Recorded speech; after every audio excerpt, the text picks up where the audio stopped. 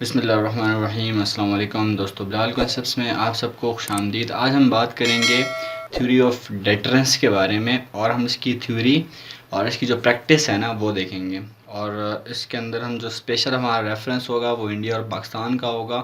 तो शुरू करते हैं अपना टॉपिक। पहले इंट्रोडक्शन देखते हैं। तो इसका जो डेटरेंस का मतलब होता है वो ये होता है कि to prevent someone of doing something, किसी को कुछ करने से रोकना। तो ये एक ऐसी पॉलिसी है जिसमें हम मेंटेन करते हैं large military force and arsenals to discourage any potential aggressor from taking action. यानी कि अब ये एक मुल्क है और ये दूसरा मुल्क है और ये मुल्क कोई प्लानिंग कर रहा है इस पर अटैक करने के लिए। तो अब ये क्या करता है, ये अपने पास ऐसे कुछ वेपन्स, ऐसी कुछ जो है ना पावर जमा करता है कि ये जो कंट्री है ये डर जाए और इसको जो है ना पता चले कि अगर मैंने इस पर अटैक किया तो इसके पास जो ख़तरनाक किस्म के जो न्यूक्लियर वेपन्स हैं वो ये मेरे को मार देगा। तो इसको हम क्या कहते हैं, इसको डेटरेंस कहते हैं। ठीक है, तो ये एक ऐसा टूल है जो कि कुछ किसी काम को रोकने के लिए इस्तेमाल किया जाता है। तो डेटरेंस के लिए एक बात आप लोग जहन में रखें कि ये ज़रूरी है डेटरेंस के लिए कि जो थ्रेट है, आपको किस चीज़ का थ्रेट होगा तभी उस थ्रेट को आप डेटर करेंगे ना। तो वो थ्रेट जो है वो ज़रूर क्रेडिबल होना चाहिए कि वो थ्रेट ऐसा नहीं है कि यार हाँ या नहीं या हो सकता है नहीं, ये तमाशा नहीं होना चाहिए उसमें। ठीक है, किसी के माइंड में उसके ख़िलाफ़ कोई डाउट नहीं होना चाहिए, जब भी डेटरेंस की जो थ्योरी है वो एप्लीकेबल होगी वहाँ पर। अब हम देखते हैं कि ये जो क्लेम है इनका, इसमें क्रेडिबिलिटी कितनी है। तो पता चला कि हमें कि जब से डेटरेंस का मामला शुरू हुआ है तो कभी भी हमने ऐसा नहीं देखा कि दो न्यूक्लियर पावर्स के बीच में वॉर हुई हो या न्यूक्लियर वेपन यूज़ किया गया हो दो न्यूक्लियर वेपन स्टेट की तरफ से। ठीक है, तो हिस्ट्री में ऐसा कभी भी नहीं हुआ। उसके अलावा credibility of deterrent threat depends on perception of others. यानी कि जो आपने डेटरेंस कायम की है, ठीक है, उसकी इतनी क्रेडिबिलिटी होनी चाहिए कि वो जो सामने वाला है ना उसकी परसेप्शन को चेंज करे, उसकी परसेप्शन के ऊपर जो है ना वो असरअंदाज हो। उसकी परसेप्शन जैसी होगी वैसे उसी परसेप्शन से ये डिपेंड करेगा कि आपकी जो डेटरेंस की जो है वो क्रेडिबिलिटी कितनी है, या आपने जो है ना वो ख़तरे को पूरी तरह से टालने के लिए रेडी हो या नहीं हो। ठीक है, purpose was to avert nuclear war. इसका मकसद भी ऑब्वियसली यही है। न्यूक्लियर वेपन बनाने का मकसद क्या है, ताकि न्यूक्लियर अटैक से बचा जा सके। ठीक है, इंस्टेड ऑफ विनिंग इट, ना कि ये कि उस वॉर को आप जीतो, क्योंकि न्यूक्लियर वॉर को जीतना उससे कोई फ़ायदा नहीं होगा फिर। ठीक है ना, इतना तबाही होगी, इतनी नुकसान होगा कि उससे फिर जो अगर आप जीत भी गए तो कोई फ़ायदा उसका नहीं होगा। ठीक है, एक इसमें पैराडॉक्स है। पैराडॉक्स का मतलब ये कि ऐसी कोई चीज़ जो कि लग रही है आपको गलत है, लेकिन जब आप उसकी गहराई में जाते हो तो पता चलता है कि यार बात सही है। ठीक है, the search of an effective deterrent led to the growth of nuclear arsenal. ठीक है, अब जो हमने बात की कि भाई जो हमने डेटरेंस करनी है, डेटरेंस करनी किस चीज़ से है, न्यूक्लियर वेपन से। और करनी किस चीज़ से है, यानी कि आप क्या यूज़ करोगे डेटर करने के लिए, तो वो भी आप न्यूक्लियर आर्सेनल ही यूज़ करोगे और कोई चारा है नहीं ना आपके पास। ठीक है, तो ये एक पैराडॉक्स है। फिर एक है म्यूचुअली अश्योर्ड डिस्ट्रक्शन। क्या मतलब कि इस डेटरेंस के अंदर ये होता है कि जो दो कंट्रीज़ हैं ना वो दोनों जो है ना वो अश्योर हो जाते हैं कि सामने वाला हमें तबाह कर सकता है। जैसे कि 1962 में क्या हुआ था कि कोल्ड वॉर आपको पता है उस टाइम चल रही थी और कोल्ड वॉर के अंदर एक पीप आ गया। वो क्या था, वो था क्यूबन मिसाइल क्राइसिस। इसकी वजह से एक न्यूक्लियर वॉर होते होते बच गई। तो हम ये कह सकते हैं कि भाई नहीं हुई, वो इसीलिए नहीं हुई क्योंकि दोनों के पास वेपन्स थे, न्यूक्लियर वेपन्स थे। ठीक है, अब एक हमारे पास हैं जोशुआ एस गोल्डस्टाइन। ठीक है, इनकी बात हम पहले भी पढ़ चुके हैं, यहाँ पर भी इनकी कुछ बातें हैं वो भी देख लेते हैं। It is a threat to punish others if they take certain negative action. यानी कि अगर कोई दूसरा बंदा कि दूसरा कोई कंट्री को नेगेटिव एक्शन लेने के चक्कर में है तो आप उसको पनिश कर सको। It is piece through strength, यानी कि आप अपनी ताकत दिखाकर पीस को मेंटेन करते हो, ठीक है।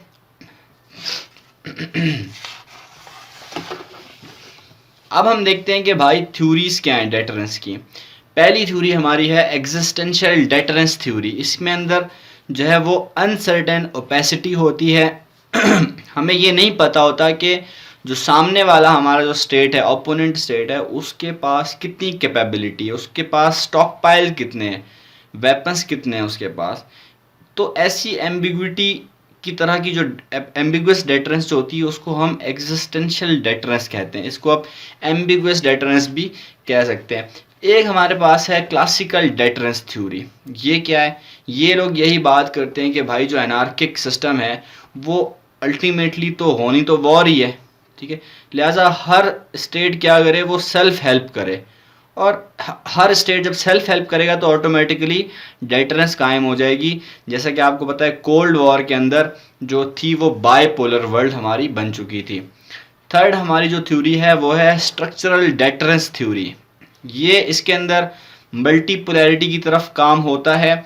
एक डिस्ट्रीब्यूशन ऑफ पावर होती है जो कि ये बताती है हमें कि कौन जीतेगा। ऐसी डिस्ट्रीब्यूशन ऑफ पावर आपकी हो जाती है, इसको हम स्ट्रक्चरल डेटरेंस कहते हैं, ठीक है। एक और है हमारे पास कैपेबिलिटी। इसमें क्या होता है कि ability to attack on first place and second strike capability, यानी कि आपके पास दो किस्म की कैपेबिलिटीज़ होती हैं। पहली तो ये कि आप जो है ना फर्स्ट स्ट्राइक कर सको, दूसरी ये कि आप सेकंड स्ट्राइक भी कर सको। सेकंड स्ट्राइक तब होगा ना जब पहला स्ट्राइक कोई और आप पे करेगा, ठीक है। तो आप जब जवाब में स्ट्राइक करोगे तो उसको हम सेकंड स्ट्राइक कैपेबिलिटी कहते हैं। तो ये दोनों कैपेबिलिटीज़ होंगी आपकी, तो बेहतरीन किस्म की डेटरेंस आपकी बन जाएगी। क्रेडिबिलिटी क्या है? ये वो तमाम थ्योरीज हैं जिनकी वजह से हम इफेक्टिव डेटरेंस कायम कर सकते हैं। क्रेडिबिलिटी क्या है? इसका मतलब कि being man of the words, यानी कि जो आप कहो वो आपने करना है, वो आपने पहले भी किया है, आपकी ऐसी रेपुटेशन बनी हुई है, ऐसी क्रेडिबिलिटी है आपकी। तो आपका जो स्टांस होगा वो इतना क्रेडिबल होना चाहिए कि वो ओपोनेंट को जो है ना वो हिला के रख दे। ओपोनेंट जो है ना आपका, उसको पता हो कि यार इसने जो कहा है अब ये करेगा भी, ठीक है ना, छोड़ेगा नहीं।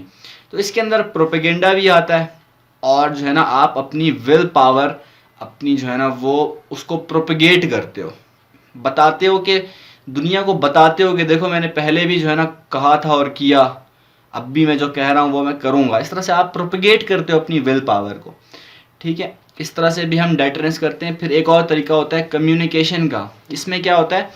इसमें हम जो हमारा ओपोनेंट होता है ना उसको हम बता देते हैं, साफ साफ बता देते हैं कि अगर तुमने तमीज़ से काम नहीं किया जो हम तुम्हें कह रहे हैं, तमीज़ से तुमने हमारी बात नहीं मानी, तो आपको फिर क्या होगा, जो सीरियस कॉन्सिक्वेंसेस है वो आपको फेस करने पड़ेंगे। इसमें आप अपनी जो स्ट्रेंथ्स हैं उनको सामने वाले अपने ओपोनेंट से उसको कम्युनिकेट भी करते हो, उसको बताते हो कि देखो मेरे पास ये चीज़ें हैं, ये वेपन्स हैं, ये स्ट्रेंथ्स हैं मेरे पास, ठीक हो गया। अब जो है हमारे पास वो हम देखते हैं कि भाई इसके कॉन्सेप्ट्स क्या हैं और कॉन्सेप्ट्स इसके अंदर क्या क्या हैं। पहला कॉन्सेप्ट इसके अंदर है फर्स्ट स्ट्राइक का।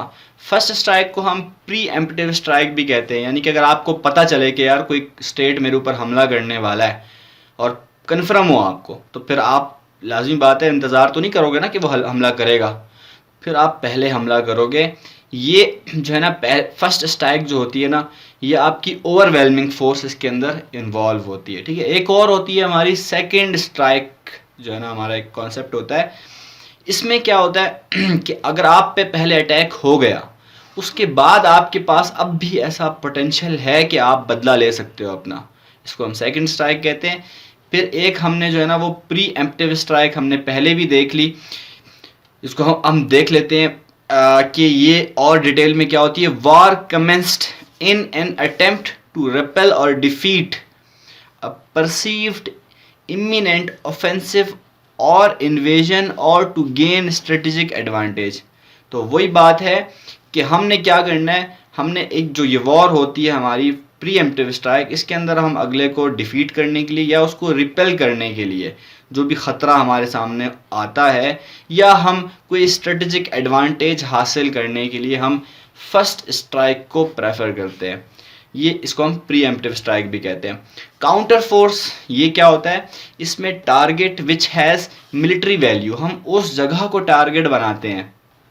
स्ट्राइक तो हम करेंगे लेकिन एक स्पेसिफिक जगह पर जहाँ पर आपकी मिलिट्री वैल्यू होगी, जैसे कि आपके cities of enemy command and control, ऐसे शहर जहाँ पर कमांड एंड कंट्रोल ऑफिस होंगे, वहाँ पर आप हमला करेंगे ताकि कमांड एंड कंट्रोल को आप तबाह करोगे तो फिर सारा जो है ना, आपको पता है ऑब्वियसली पूरा स्ट्रक्चर ही ख़राब हो जाएगा।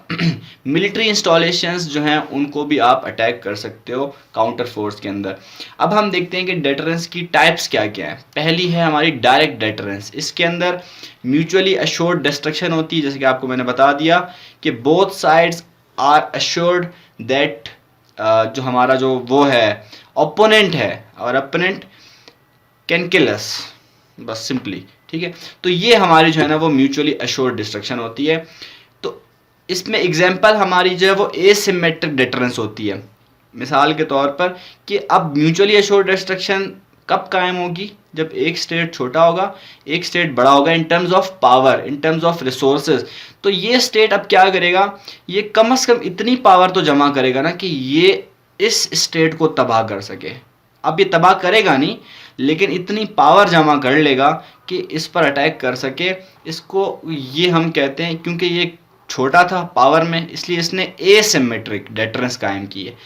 इस एसिमेट्रिक डेटरेंस को हम म्यूचुअली अश्योर्ड डिस्ट्रक्शन कहते हैं, यानी कि कम से कम इतनी ताकत तो है ना कि अगला बंदे को पता है कि भाई ये मुझे तबाह कर देगा, जैसे कोल्ड वॉर के अंदर भी था। और आपका जो आपने देखा था कि सब जो दोनों थे, यूएसए और आपका जो यूएसएसआर था, वो दोनों अपनी होमलैंड को डिफेंड कर रहे थे। अब हम देखते हैं कि जनरल डेटरेंस क्या होती है।